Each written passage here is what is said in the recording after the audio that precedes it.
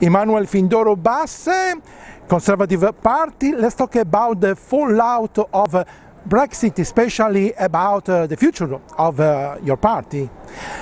Of course, you have to choose a leader and you have to choose a prime minister. What's next? Well, as it is now, we are coming out. That's what the UK public has voted. They voted for exit. So the next thing now is to put the party together, elect a leader, and negotiate the exit. And there is a lot more about Britain currently than just a Brexit. Brexit is just one aspect of the UK issue. So we need a leader that would look at not only the Brexit, but look at the overall economy. We have the economy of Britain has to keep being strong, and we are one of the best economy in the world currently. So, and that's what currently we are just hoping we get a new leader elected, and that will come very soon, and we'll move the country forward. Boris Johnson is supposed to be a leader in case of a victory of Leave, but then he gave up. So now, who will be the leader? Because Theresa May was for Remain, for example, or maybe someone else, an outsider. Well, Boris is no longer in the race, and which you know that quite well. So currently we have Theresa May, and we have got 4 other people there who are good, potential good leaders. We know Theresa is for Remains, and there is something that everyone keeps talking about, that it has to be someone from Brexit that will lead the country. But I disagree with that. Totally, I disagree with that. And I believe it's got to be someone who has the ability to bring the party together and to unite the party and take the country forward.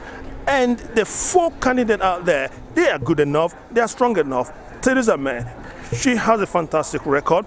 She is a good candidate, and we just hope that we elect a leader very, very shortly and get the country moving, and that's what we need at this moment.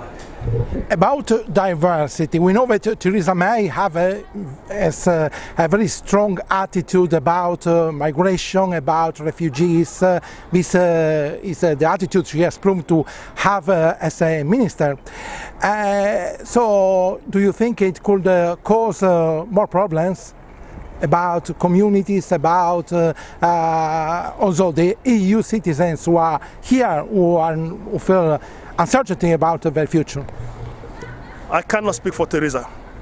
Theresa may have to speak for herself regarding that. But you got to understand that it's all about what is best for this country. And that has to be put into consideration. And the public will have to vote. Whatever Theresa May, if she becomes the leader of the party, whatever she does, that will reflect on the country as a whole.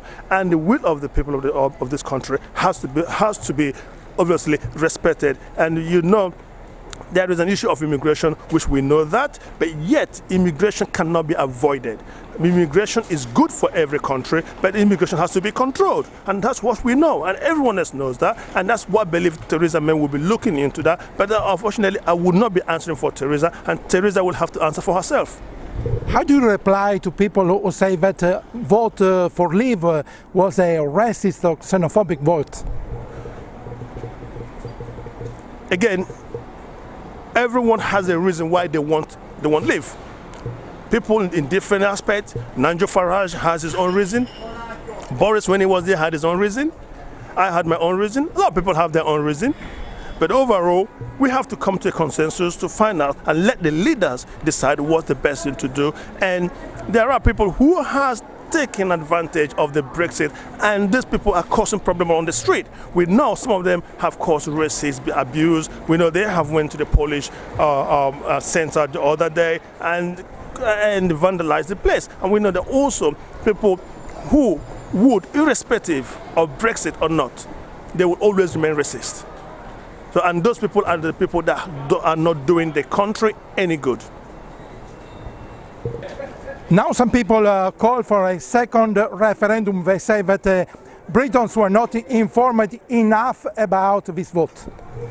I don't see any need for a second referendum.